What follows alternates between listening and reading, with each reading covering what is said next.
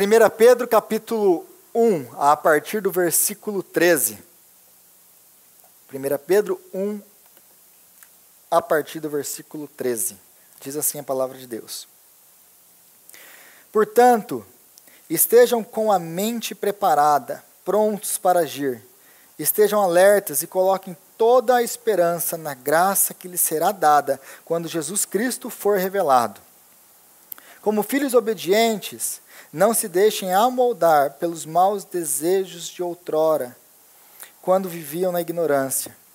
Mas assim como é santo aquele que os chamou, sejam santos vocês também em tudo o que fizerem. Pois está escrito, sejam santos, porque eu sou santo.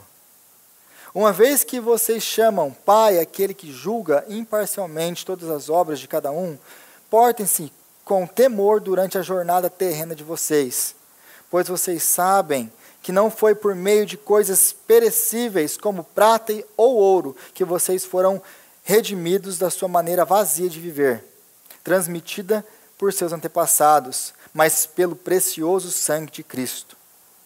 Como de um cordeiro sem mancha e sem defeito, conhecido antes da criação do mundo, revelado nesses últimos tempos em favor de vocês. Por meio dele, vocês creem em Deus, que o ressuscitou dentre os mortos e o glorificou, de modo que a fé e a esperança de vocês estão em Deus. Agora que vocês purificaram a sua vida pela obediência à verdade, visando ao amor fraternal e sincero, amem sinceramente uns aos outros de todo o coração. Vocês foram regenerados, não de uma semente perecível, mas imperecível, por meio da palavra de Deus, viva e permanente. Amém? Então, semana passada, a gente começou, na verdade, há 2 semanas, a gente começou a estudar esse livro, o livro, ou a carta, a primeira carta do apóstolo Pedro. E nesse texto que a gente leu hoje, a gente vai aprendendo que o que ele coloca aqui para nós, ele coloca 4 coisas para nós aprendermos nesse texto. A esperança, ele vai falar de esperança, santidade, temor a Deus e obediência que leva a amor. Então a gente pode falar que ele dividiu em esperança, santidade, temor a Deus e amor. Essas são as 4 as lições que a gente vai tirar desse texto hoje. Mas para a gente poder entender e se apropriar melhor desse texto, do que ele está falando, eu tenho enfatizado algumas coisas no decorrer de tudo isso aí. A audiência, o autor, né, quais são as circunstâncias que ele está escrevendo. Então, para a gente poder entender esse texto de hoje, um pouquinho melhor, um pouquinho mais aprofundado, para quem ele escreveu, como eles entenderam, porque só quando a gente entende a intenção do autor é que a gente pode tirar algum significado para a nossa vida desse texto. E às vezes a gente lê a Bíblia e a gente não conhece a cultura, o background deles, às vezes falta informação e a gente não entende direito do que ele está falando. A primeira carta do apóstolo Pedro, vocês vão ver que ela tem um tema geral, um tema grande, o tema principal da carta, que é como que nós devemos viver no meio dos sofrimentos. Passando por meio dos sofrimentos, como que deve ser a minha vida? Como que eu posso viver no meio dos sofrimentos? E a resposta que ele vai dar a essa pergunta é tendo uma esperança viva. Então, aquilo que nós vimos semana passada, nós usamos semana passada, ele divide essa carta basicamente, deixa eu voltar um pouquinho, ele divide essa carta basicamente em 6 partes. A primeira parte a gente viu no primeiro dia, aí ele vai usar eleitos e peregrinos. Lembra do primeiro dia? Que ele fala a vocês, eleitos de Deus, espalhados pelo Ponto, Bitínia, pela Ásia Menor. O que ele está fazendo aqui? O que a gente tem que entender o que o apóstolo Pedro está fazendo. Ele está escrevendo para gentios, pessoas que não são da linhagem de Abraão, não são judeus. Então ele está escrevendo para esse povo, mas ele está aplicando a esse povo o quê? Uma linguagem judaica. Porque exilados, peregrinos, eleitos, são linguagens usadas para quem? Para Israel no Antigo Testamento. Então, o que Pedro está fazendo? Ele está pegando essas linguagens, esses símbolos de Israel do Antigo Testamento e aplicando a essa igreja. Para quem? Para nós. Para os gentios. Para fazer o quê? Qual que é a intenção dele? Dar uma identidade nova para essas pessoas. Vocês não são mais pagãos, agora vocês pertencem ao povo de Deus. Para dar esperança, porque a esperança ela só nasce, ela só vem da onde? Da nossa eleição, da nossa vida com Deus. Uma vez que agora que Jesus pagou os preços dos nossos pecados, nos reconciliou com Deus, nos fez família, filhos de Deus, só então a gente pode ter esperança. E é isso que ele está fazendo. Ele está falando, olha, vocês não eram, mas agora vocês são. E aí ele começa a usar esses símbolos do Antigo Testamento para a igreja. E aí, se você não pega isso, e eu estou muito feliz que a gente conseguiu andar um pouquinho em Êxodo, eu sei que vocês leram o Êxodo, porque muito da linguagem aqui vem do Êxodo, é por isso que eu sempre falo para vocês, a gente tem que entender muito bem o Êxodo, Gênesis e Êxodo, para poder, aliás, todo o Antigo Testamento, para poder entender o Novo. Né? Então ele vai usar essa linguagem. Capítulo, então vai ser dividido em 6 partes. O capítulo 1, de 1 a 2, é o que? A saudação. Saudação para quem? Aí no começo ele já começa a falar para quem que ele está falando. Gentios, mas agora vocês são povo de Deus, eleitos de Deus. Peregrinos. Segunda parte, ele dá a introdução com os temas gerais da carta. Ele vai dar uma introdução do que ele vai falar. É a tese dele, que é em forma de um cântico, né? Que é aquele texto que a gente estudou semana passada. Então, ele vai do versículo 3 ao versículo 12, essa primeira parte é uma introdução do que ele vai falar. Porque se você começar a ver, se você ler o que nós vamos ler hoje, a gente acabou de ler, aliás, e voltar os versículos anteriores, parece que é quase a mesma coisa. Por quê? Porque semana passada foi a introdução da carta toda. Aquilo que ele vai lhe dar daqui para frente. Essa aqui é a minha tese. Agora eu vou desenvolver essa tese aqui em alguns passos. O primeiro passo é do versículo 13, que a gente leu hoje, ao capítulo 2, versículo 10. Essa é a segunda seção do livro, ou da carta.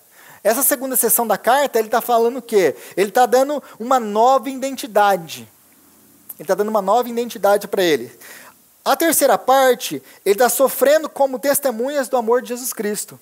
Ele vai pegar, então, Jesus, colocar como supremo exemplo, e vai falar, vocês devem sofrer como Cristo sofreu.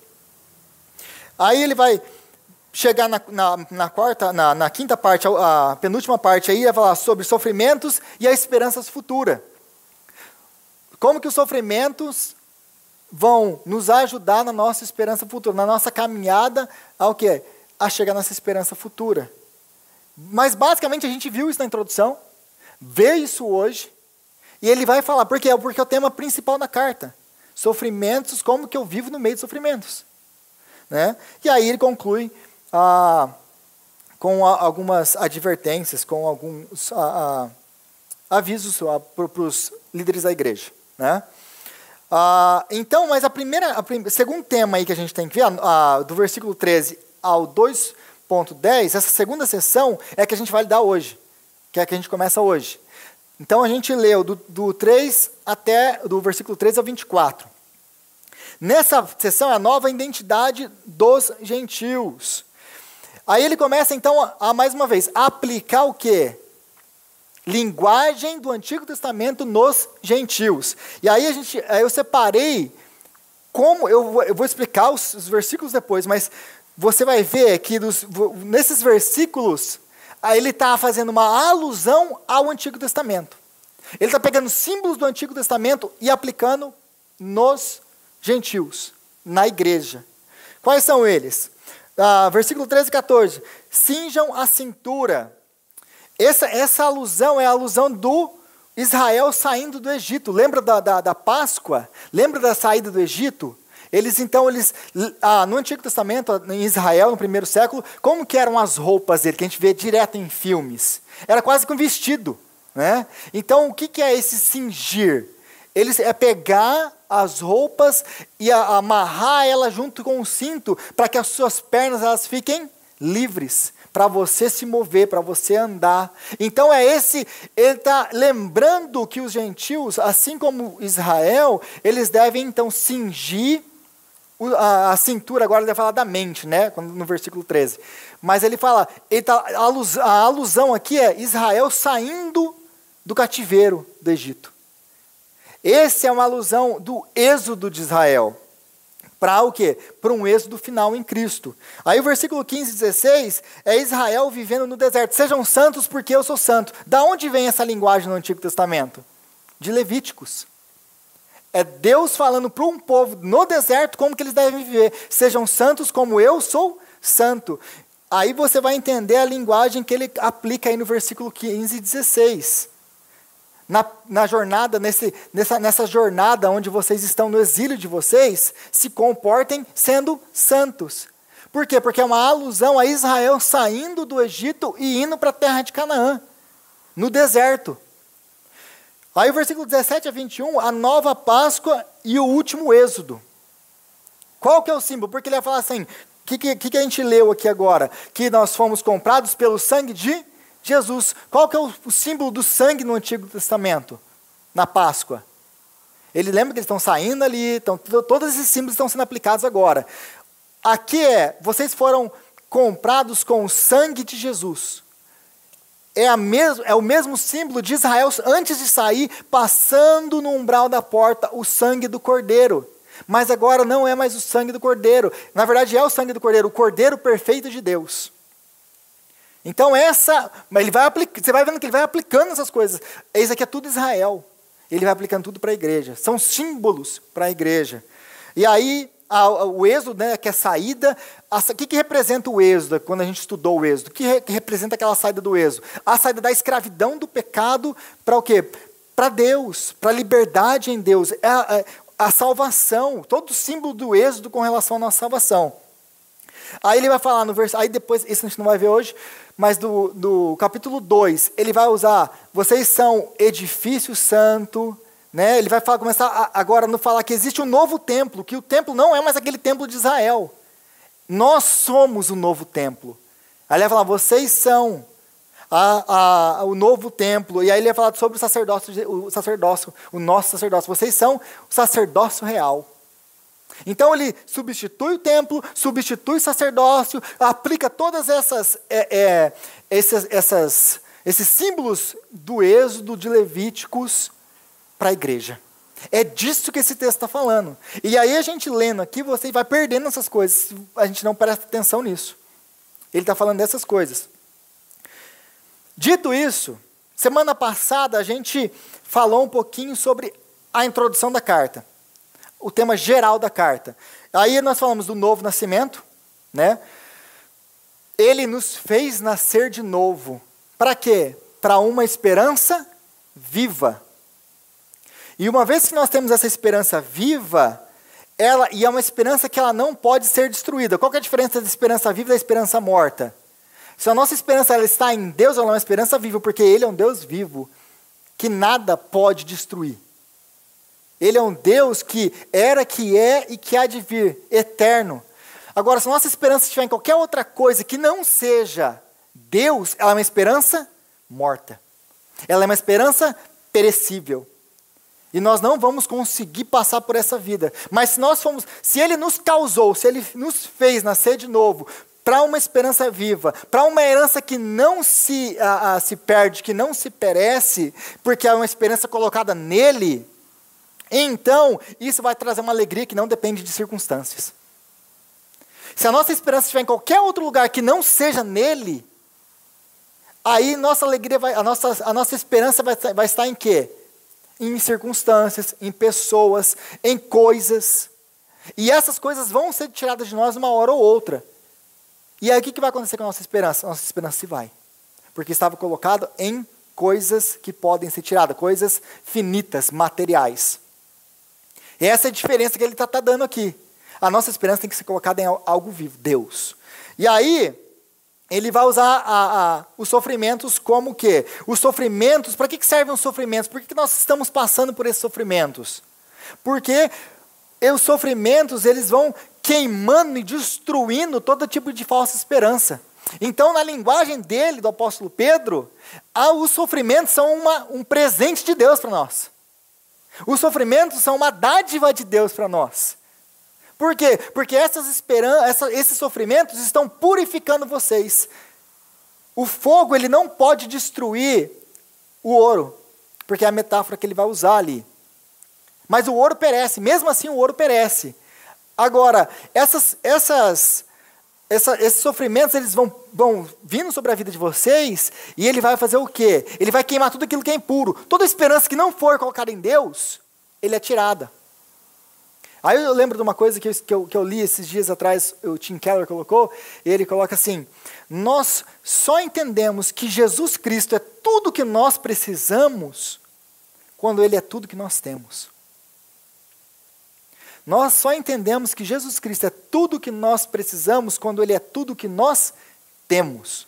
Ou seja, quando nos é tirado tudo, e só fica Jesus, só tem Ele para segurar, não tem mais nada. E então, Ele vai nos sustentando, e aí a gente vai perceber que Ele era tudo que nós sempre precisamos. Nós não precisávamos das outras coisas. Então, esses sofrimentos, eles têm esse efeito. Eles vão destruindo essas falsas esperanças. Mas, voltando para o nosso texto, ele vai entrar aí no... na verdade, esse foi todo, só esse portanto do versículo 13, portanto, ele vai resumir tudo isso.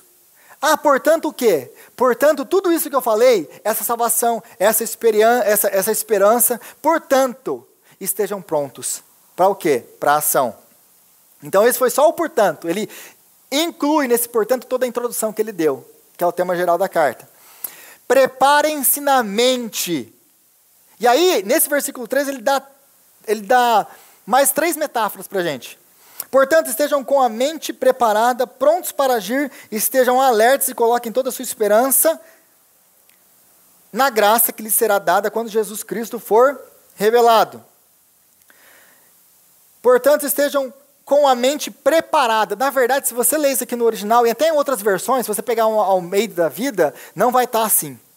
Vai estar cingindo a cintura. No original é cingindo a cintura da mente de vocês. Como assim cingindo a cintura da mente de vocês? Não faz sentido. Do que ele está falando? Lembra que ele está fazendo uma alusão ao quê?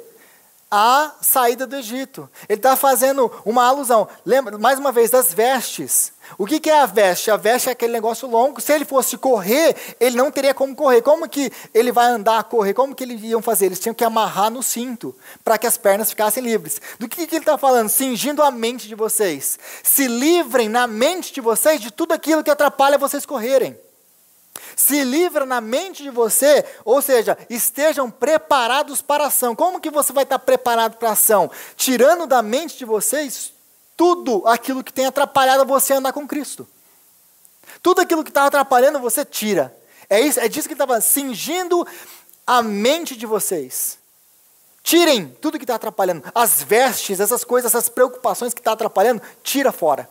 Porque isso vai atrapalhar vocês a quê? A andarem rápido na direção de Cristo. A cumprirem com o propósito que Ele tem para a vida de vocês.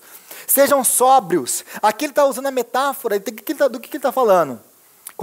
Se você bebe álcool, você perde, você fica fora de si. Aqui ele não está falando exatamente de você, não apenas, não, você não deve beber, não se deve se embriagar.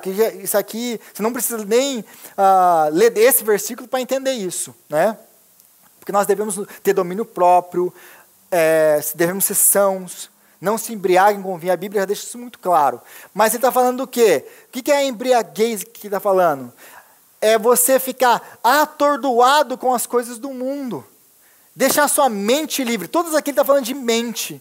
Trabalhe na mente. A sua mente tem que estar livre para você servir a Cristo. E aí ele vai coloquem toda a sua esperança na graça.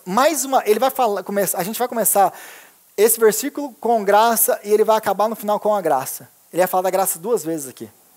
Então, coloquem toda a sua esperança na graça. Então, a sua ocupação da mente não deve ser tirada. Preparem-se para a ação. Tirem tudo essas vestes que estão atrapalhando. Como? Colocando a sua mente na graça. Colocando o seu foco da sua mente na palavra de Deus. Na busca a Deus. Aí vocês vão estar preparados para a ação. É disso que ele está falando. Aí ele vai falar no versículo, a gente pula aí para frente, versículo 14 a 16. Como filhos obedientes, não se deixem amoldar pelos maus desejos de outrora, quando viviam na ignorância, mas assim como é santo aquele que os chamou, sejam santos vocês também, em tudo o que fizerem, pois está escrito, sejam santos porque eu sou santo. E essa alusão de sejam santos porque eu sou santo, ela vem de Levíticos. Né? Há vários textos de Levíticos você vai ver, sejam santos porque eu sou santo, seja santo porque eu sou santo. Mas a gente tem que entender uma coisa aqui. Porque geralmente quando a gente fala de santidade, e se a gente fala de pregar sobre santidade, a primeira coisa que vem na cabeça? Santidade moral. Eu não posso beber, eu não posso isso, eu não posso aquilo. É você ser moralmente santo. E não está errado, porque a Bíblia nos ensina a sermos moralmente santos, a não fazer as coisas que o mundo faz, a de ser diferente nas nossas atitudes. Ele está falando isso aqui também. Contudo, tem um segundo aspecto. E o segundo aspecto a gente tira da onde? De Levíticos, porque Levíticos não está falando dessa santidade moral. Quando Levíticos ele fala, sejam santos como eu sou santo, ele está falando... A palavra no original aí é kadosh. Kadosh, ela significa o quê? Separado. O que é a palavra santo? Santo é a palavra separado. Porque a gente fala santo, o português, ou na nossa experiência de vida, santo para a gente já vem uma pessoa, aquela pessoa que é uma pessoa da igreja, um pastor, ou senão, dependendo se você vem de um background católico como eu, o santo é aquela estátua lá, né? Que a igreja católica santificou, aquele cara é o santo. Então, na minha mente sempre foi assim. Então, o santo no estereótipo, é aquele que faz tudo certo, que não comete nenhum pecado. Esse é o santo. Mas Levítico está falando de santo, e quando está falando de santo aqui em Levítico, está falando de utensílios santificados. O seu dízimo é santificado. Quando você dá... o seu dízimo, o dinheiro é santificado. Você vai separar então esse óleo, você vai santificar esse óleo, você vai santificar essa mesa, você vai santificar esse altar, você vai santificar coisas. Então você vê que existe uma diferença, não existe uma mesa ela não tem responsabilidade moral. Eu não vou comer nessa mesa porque ela está em pecado. Então existe já uma diferença, esse segundo aspecto, não moral, esse segundo aspecto de separação. É ser separado. Então o que é ser santo? Santo é ser separado para Deus. Nós fomos separados para Deus. No caso de Deus, quando a gente fala que Ele é santo, Ele é moralmente perfeito e totalmente diferente de tudo que se pode, de todo o universo, de tudo que é criado. Ele é totalmente outro. Isso é santidade. Ele é totalmente separado. Ele é totalmente diferente. Os meus pensamentos não são como os seus pensamentos. Então, esse segundo aspecto, esse é o nosso aspecto também. Nós fomos separados, nós estamos devotados. Para quê? Nós devemos estar completamente santos. O que é isso? Completamente separados. Separados para quê? Para o uso de Deus. É disso que ele está falando aqui. Sejam santos, sejam totalmente separados para o uso de Deus. Nesse segundo aspecto. E aí eu coloquei sobre um exemplo do Antigo Testamento, quando Davi está com sede. Ele está com sede não, na verdade, ele acabou de ser rei, os filisteus não queriam que ele se estabelecesse no trono, eles invadem então Belém, e eles estão lá, ele tem que fugir para o deserto, ele está lá na caverna de Adulão, e aí eles têm ele tem aquele desejo, ele está lutando ali com Deus, né, Deus, será que eu vou reaver Belém? Será que eu vou estabelecer o meu reino? Ele está com essas lutas internas. E aí, ele vai externalizar isso falando o quê? Como eu queria beber da fonte da água que tem lá no portão da cidade. E aí, o que você leu a história, você lembra que 3 dos seus guerreiros pegam o jarrinho e vão lá na cidade. O que tem na cidade? Está cheio de filisteus, tem um exército lá. Eles atravessam, pegam aquilo, pegam a água, lutam para trás de volta, voltam, trazem a água para o rei e colocam na presença dele. E falam assim, aqui está, rei, a água que você queria. E aí o que Davi faz? Ele bebe a água? Não. Ele derrama como oferta de libação, como oferta diante do Senhor. Ele derrama aquela água, ele fala, eu não sou digno de tal devoção. Ele está honrando aqueles homens, mas essa devoção que vocês têm comigo, isso é para Deus. E ele não toma glória para ele, ele não toma aquilo para ele. Mas o tá bom, por que você trouxe essa alusão? Por que isso serve no meio da sua pregação? Ela está falando de devoção, porque muitas vezes a gente... A grande pergunta quando se trata em Deus, ser santo, separado, totalmente comprometido com Deus, a nossa pergunta muitas vezes é, o que eu tenho que obedecer? Quais são os mandamentos? Mas quando nós somos santos, totalmente separados, a pergunta não é o que eu tenho que obedecer, o que eu tenho que fazer, qual que é o mínimo necessário? Não, a pergunta é, Deus, o quanto eu posso fazer? O que mais eu posso fazer? Davi não mandou eles lá. Mas eles tinham uma devoção pelo rei. Ele não precisou mandar. Quando nós somos santos, totalmente separados, Deus não precisa mandar. Cumprir os mandamentos de Deus não são fardo, não. Porque se você tentar ser moral, esse aspecto moral da santidade, eu vou ser santo, porque eu tenho que ser santo. Se você tentar cumprir o primeiro aspecto sem o segundo, você vai ser um religioso. Você vai ser um fariseu. E é disso que Jesus ia contra. Porque se você tentar ser moral, porque você tem que ser moral, você vai ser um religioso. Agora, se você for totalmente devotado, santo, porque você quer agradar a Deus, porque você ama a Deus, é totalmente diferente. Você é diferente, as pessoas veem que você é diferente. Você é uma pessoa que vive diferente, mas você não é o chato religioso. Você não é aquela pessoa que fica tentando enfiar Jesus goela abaixo, tentando ganhar em discussão. Não, você vive para a glória de Deus e as pessoas podem ver isso. E isso vai atrair elas para Cristo. Aí a gente chega no nosso próximo ponto aí. Versículo 17, uma vez que vocês chamam Pai, aquele que julga imparcialmente as obras de cada um, portem-se com temor durante a jornada terrena de vocês. Pula para o 18 também. Pois vocês sabem que não foi por meio de coisas perecíveis como prata ou ouro que vocês foram redimidos da sua maneira vazia de viver, transmitida por seus antepassados, mas pelo precioso sangue de Cristo. Do que ele está falando aqui?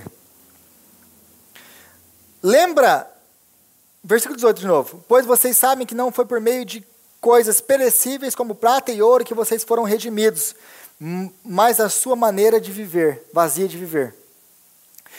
Outra palavra para perecível. Sexta-feira eu conversei com jovens sobre isso aqui e a gente usou, eles até me ajudaram no exemplo, porque quando a gente vê aqui essa palavra redimidos, qual que é a outra palavra que eu posso colocar aqui no lugar dela? De redimidos. Vocês foram redimidos, vocês foram comprados. Porque muitas vezes a gente... O que determina o significado de uma palavra? Uma palavra ela não tem um único significado. Aí a gente usou o exemplo de vela. Por exemplo, eu posso falar vela. Se eu falar vela, você vai saber do que eu estou falando? Ela tem um monte de significado, depende do contexto que ela está inserida. Se eu falar, a vela do barco, ela pegou o vento, você vai saber que é uma vela de barco. Aí você vai saber, não, agora eu sei que é... Agora você fala, a vela do carro estragou. É uma vela, uma parte do carro que trabalha na combustão, na parte inicial para gerar faísca para queimar o combustível. Essa estragou, então já sei que é uma pecinha, uma vela de barco, uma vela de carro totalmente diferente uma coisa da outra. Não, você tem que acender a vela para a gente poder ter luz, é outro. Então o que vai me trazer significado na palavra é o contexto em que ela está inserida. A mesma coisa em grego, a mesma coisa em hebraico. A gente não tem uma palavra, ela tem um arranjo de significados, dependendo do contexto. Então, a outra palavra que a gente pode colocar aqui, pois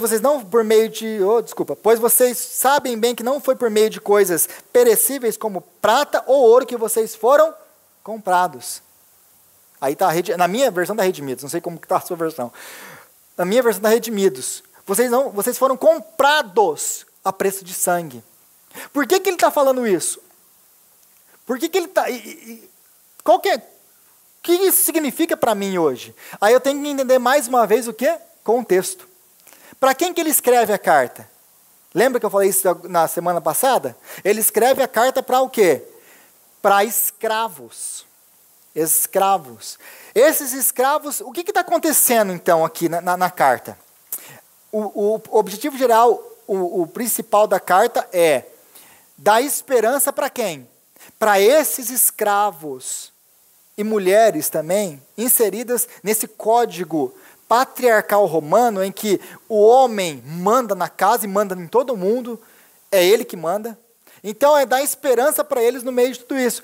E como a cada 3 pessoas, então 33% das pessoas no primeiro século eram escravas, e a grande maioria dos cristãos eram escravos, eram da classe baixa, os cristãos eram geralmente da classe baixa. Ele está escrevendo para eles. E aí quando ele usa a metáfora, vocês não foram comprados com prata e ouro, eles sabem que eles vão entender isso. Por quê?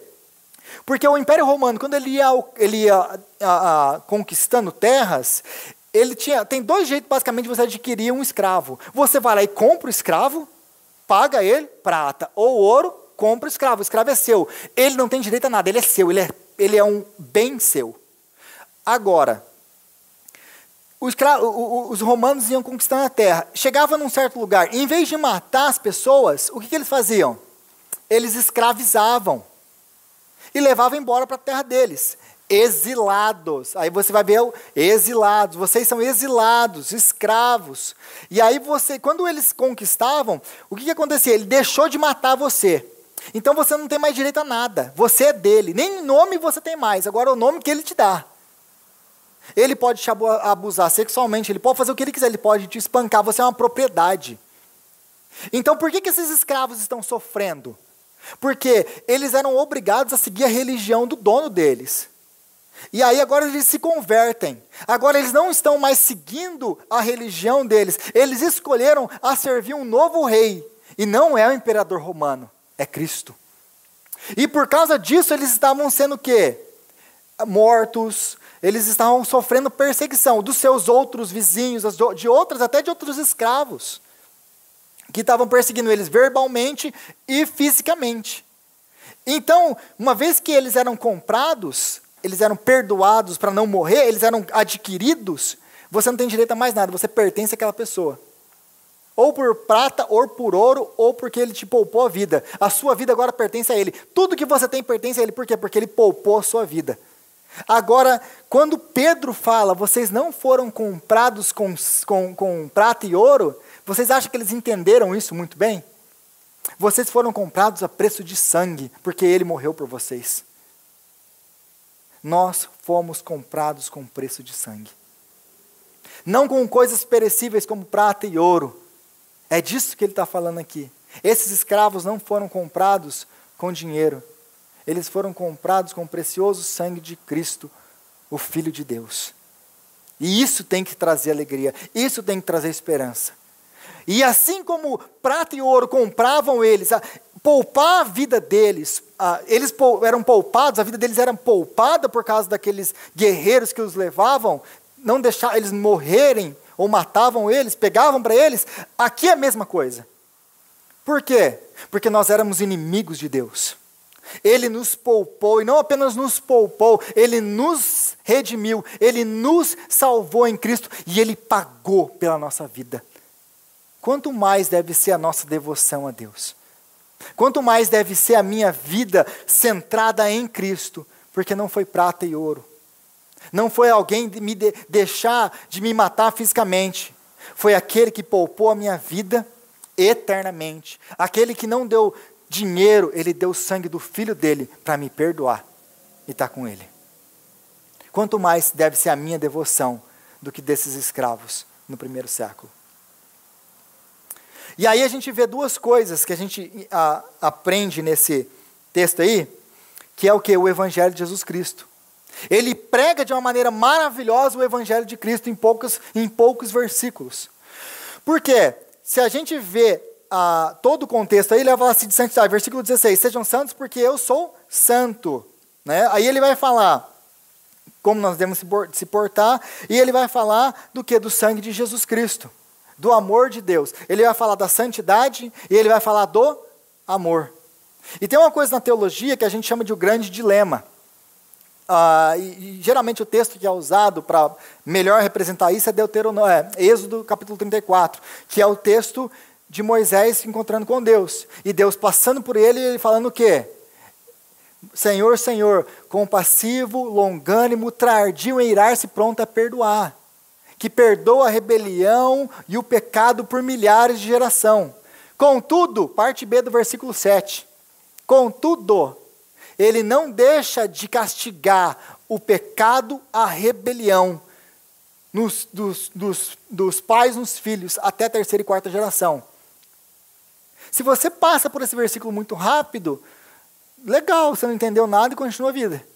Mas se você para e começa a entender o que esse texto está falando, é uma contradição.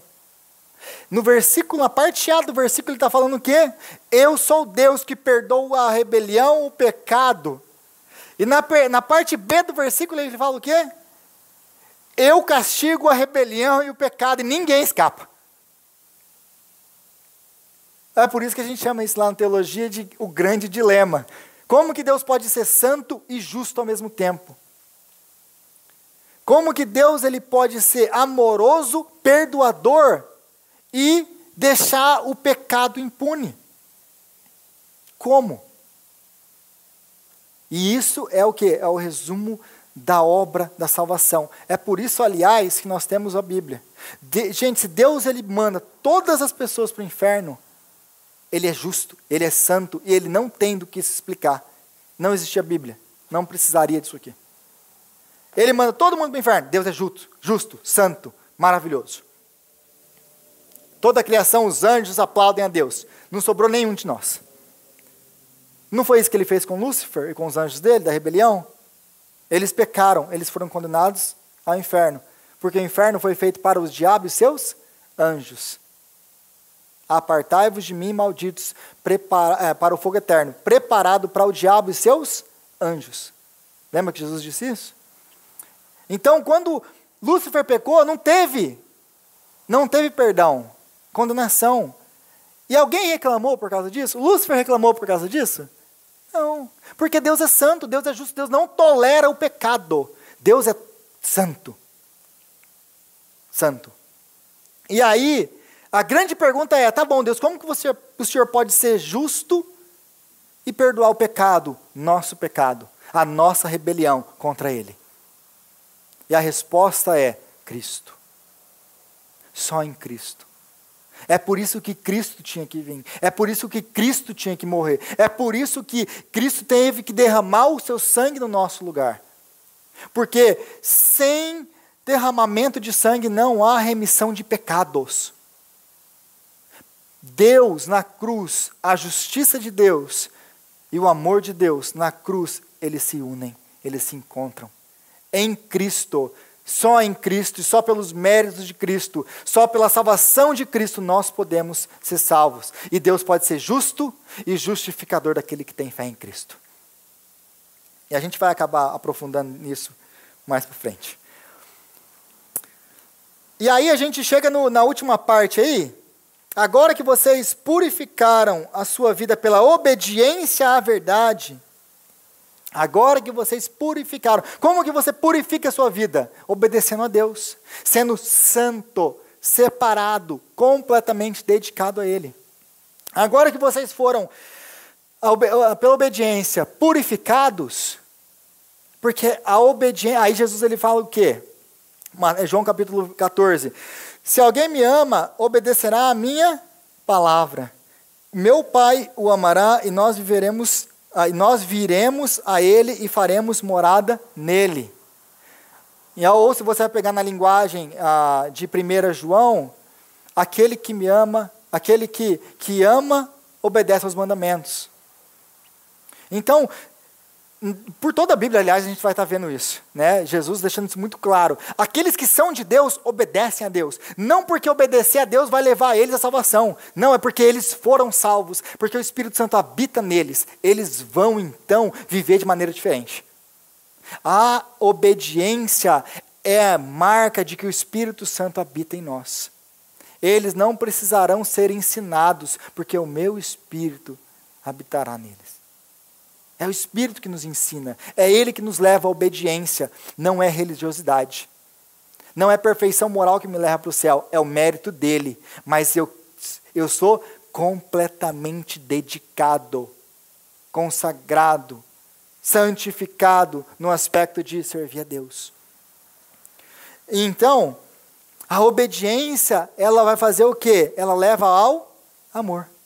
Se vocês me amam, vocês obedecem. E quando nós obedecemos, nós somos purificados. Nós somos purificados, nós então conseguimos amar quem? Ao próximo. Porque nós só vamos amar o nosso próximo se nós amarmos a Deus. É por isso que primeiro Jesus coloca, ame o Senhor, o seu Deus, de todo o seu coração. Porque se você não amar a Deus, você não vai conseguir colocar o seu próximo, você amar o próximo. Não vai. Nós precisamos estar em dia com o nosso relacionamento com Deus, para poder sermos capazes de amar as pessoas, de maneira que elas têm que ser amadas. Porque amar, e essa é a diferença do amor bíblico. Qual que é o amor bíblico? É amar independente de circunstância. Amar independente de você receber amor de volta. Porque a palavra que ele usa ali para amor é ágape. É esse amor que não depende de circunstância. É esse amor que não é um amor sentimento. É um amor atitude. Esse amor, atitude, ele só vai nascer da nossa vida com Deus, sendo purificados pela obediência. E a obediência, ela é uma vida vivida em disciplina. É disciplina. Lembra quando eu falei sobre Êxodo capítulo 19? Por que nós devíamos obedecer? Eu usei o exemplo do físico. Que todo mundo entende que para você ter um físico legal, o que você precisa ter? Disciplina. Você precisa acordar às 5 horas da manhã e ir para a academia. Você correr, fazer exercício, deixar de comer aquelas guloseimas que você gosta, parar com o doce, parar de comer aquela picanha bem gordurosa, aquela costela. Não é? Você quer ter um corpo legal? Quer ter um físico legal? Você precisa de disciplina.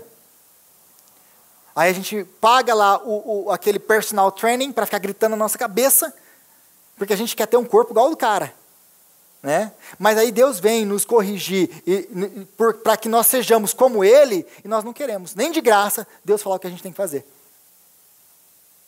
E aí, mas sem a disciplina, nós não vamos viver o quê?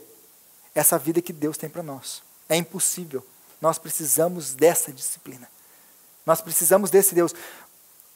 O que é então obediência? É nos submeter à vontade dEle. Obediência é o quê? É nos colocar de uma maneira submissa, mas voluntária, à vontade de Deus.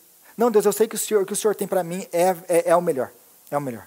E eu quero me submeter. Está doendo. Às vezes eu nem acho que isso aqui é tão legal, Deus. Eu nem concordo muito com essa sua tática aqui.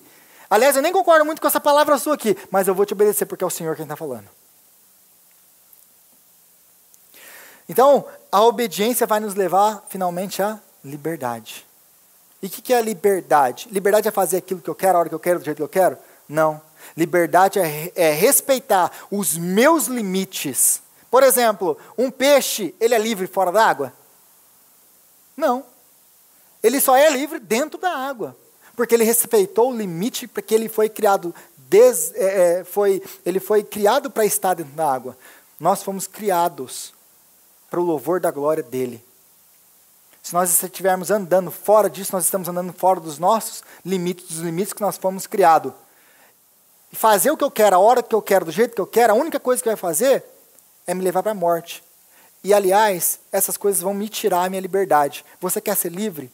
Nós precisamos de regras, nós precisamos da obediência, nós precisamos de disciplina. Porque, no final, isso vai nos trazer liberdade. Gosto muito do exemplo de a pessoa estar com... ela se diz livre.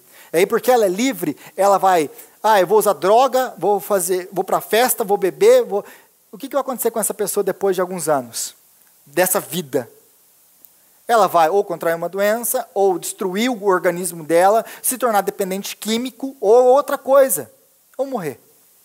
A minha pergunta é, para onde foi a liberdade dessa pessoa? A falta de limites levou ela à morte. Nós precisamos obedecer a Deus, porque a obediência expande os nossos limites. E nós vivemos uma vida na presença dEle, totalmente santos, separados, dedicados a Ele, que vai expandir os nossos limites, nos fazer amar o próximo de maneira genuína, e não sermos os santões aí, hipócritas religiosos, mas genuínos na presença de Deus. Amém? E aí, finalmente, tudo isso nos dá a chance, tudo isso o quê?